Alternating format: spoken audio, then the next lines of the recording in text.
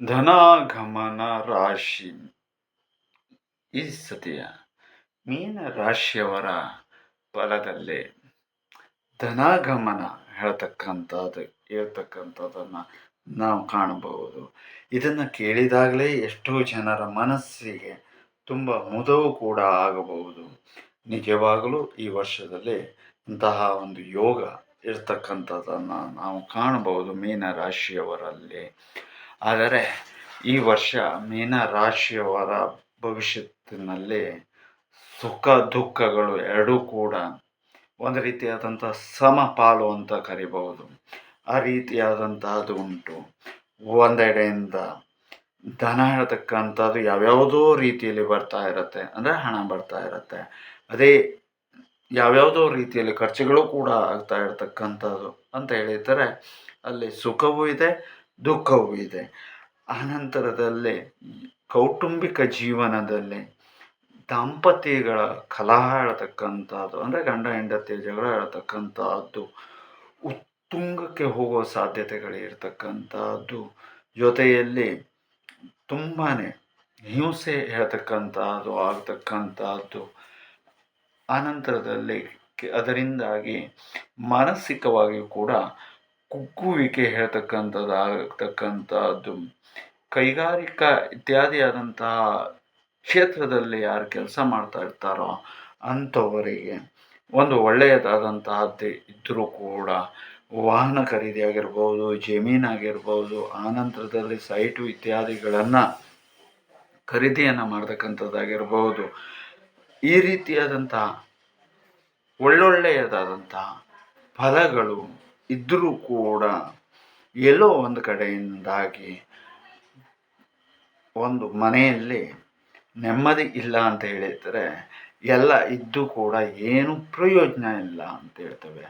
ಆ ರೀತಿಯಾದಂಥದ್ದು ಈ ವರ್ಷ ಮೀನ ರಾಶಿಯವರಲ್ಲಿ ಕಂಡು ಬರ್ತಾ ಇರತಕ್ಕಂಥದ್ದಾದರೆ, ಇನ್ನು ವಿದ್ಯಾಭ್ಯಾಸ ಸಾಧಾರಣವಾಗಿ ಅಡ್ಡಿಲ್ಲ.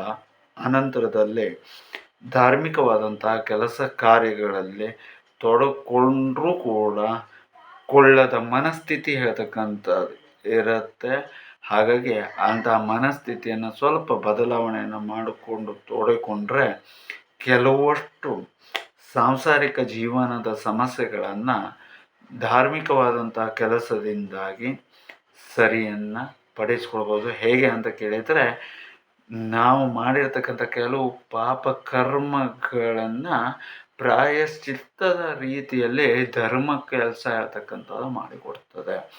ಹಾಗಾಗಿ ಅಲ್ಲಿ ಪುಣ್ಯಾಂಶ ಹೇಳ್ತಕ್ಕಂಥದ್ದು ಕೆಲಸವನ್ನು ಮಾಡುವುದರಿಂದಾಗಿ ಎಷ್ಟೋ ಒಂದು ಘಟನೆಗಳನ್ನು ನಾವು ಅದರ ಮೂಲಕವಾಗಿ ತಡೆಯಬಹುದು.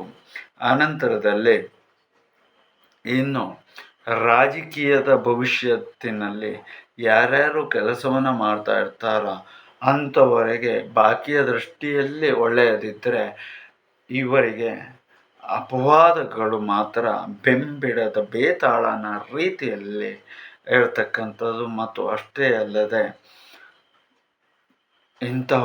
ರಾಜಕೀಯದಲ್ಲಿ ಇರ್ತಕ್ಕಂಥವ್ರಾಗಿರ್ಬೋದು, ಇನ್ನು ಸಹಜವಾಗಿ ಇರ್ತಕ್ಕಂಥ ವ್ಯಕ್ತಿಗಳಿಗೆ ಕೂಡ ಆಸ್ತಿಗೆ ಸಂಬಂಧಪಟ್ಟಂತೆ, ಅದರಲ್ಲೂ ಪಿತ್ರಾರ್ಜಿತ, ಆನಂತರದಲ್ಲಿ ತಾಯಿಗೆ ಸಂಬಂಧಪಟ್ಟ ಆಸ್ತಿ ಇತ್ಯಾದಿ ಇದರಲ್ಲಿ ಕೋರ್ಟು ಕಚೇರಿ, ಆಸ್ತಿಗೆ ಸಂಬಂಧಪಟ್ಟು ಕಿರಿಕಿರಿ ಇತ್ಯಾದಿಗಳನ್ನು ಅನುಭವಿಸ್ತಾ ಇರ್ತೀರಿ. ಮತ್ತು ಅದಕ್ಕೆ ಸಂಬಂಧಪಟ್ಟಂತೆ ಅಲೆದಾಟ, ಓಡಾಟ ಇತ್ಯಾದಿಗಳು ಅತಿಯಾಗಿ ಹೋಗ್ತಕ್ಕಂಥದ್ದನ್ನು ಕೂಡ ನಾವು ಕಾಣಬಹುದು. ಆದರೂ ಕೂಡ ಈ ಒಂದು ಸಮಯದಲ್ಲಿ ಸಮಾಧಾನ ಹೇಳ್ತಕ್ಕಂಥದ್ದು ಇಂತಹ ವಿಚಾರಗಳಲ್ಲಿ ಸಿಗಲಿಕ್ಕೆ ಸಾಧ್ಯವಾಗುವುದಿಲ್ಲ. ಮತ್ತು ಅಷ್ಟೇ ಅಲ್ಲದೆ ಸ್ವಲ್ಪ ಕಷ್ಟಕರವಾಗಿರುತ್ತದೆ. ಆನಂತರದಲ್ಲಿ ರಾಜಕೀಯದಲ್ಲಿ ಇರ್ತಕ್ಕಂಥವರಿಗೆ, ಮೀನರಾಶಿಯಲ್ಲಿ ಇದ್ದಂತಹ ವ್ಯಕ್ತಿಗಳಿಗೆ ಕೆಲವೊಂದು ಕೇಸು ಇತ್ಯಾದಿಗಳು ಬೇಡದೇ ಇದ್ದರೂ ಕೂಡ ಆಗುವ ಸಾಧ್ಯತೆಗಳನ್ನು ನಾವು ಅಲೆಗಳೆಯುವಾಗಿಲ್ಲ.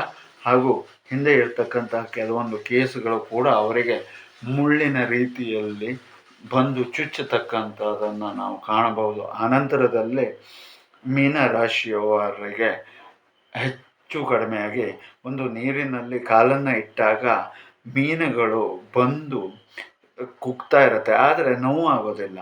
ಅದೇ ಥರದಲ್ಲೇ ಸುತ್ತು ದಿಕ್ಕಿನಿಂದಾಗಿ ಇವರನ್ನು ಕುಗ್ತಾ ಇರ್ತಾರೆ. ಕೆಲವು ನೋವು ಆಗುತ್ತೆ, ಕೆಲವು ನೋವು ಆಗದೇ ಇರತಕ್ಕಂಥದ್ದೇ ಇರುತ್ತೆ.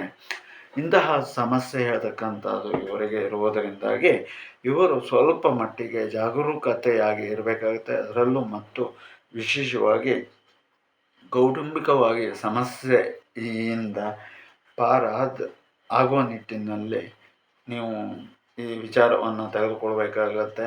ಹಣ ಬರ್ತದೆ, ಅದು ಬರ್ತದೆ, ಇದು ಬರ್ತದೆ, ಎಲ್ಲವೂ ಹೌದು. ಆದರೆ ಅದೇ ಥರದಲ್ಲೇ ಮನುಷ್ಯನಿಗೆ ನೆಮ್ಮದಿ ಹೇಳ್ತಕ್ಕಂಥದ್ದು ಕೂಡ ತುಂಬ ಮುಖ್ಯವಾಗಿ ಬೇಕ್ತಕ್ಕಂಥದ್ದು.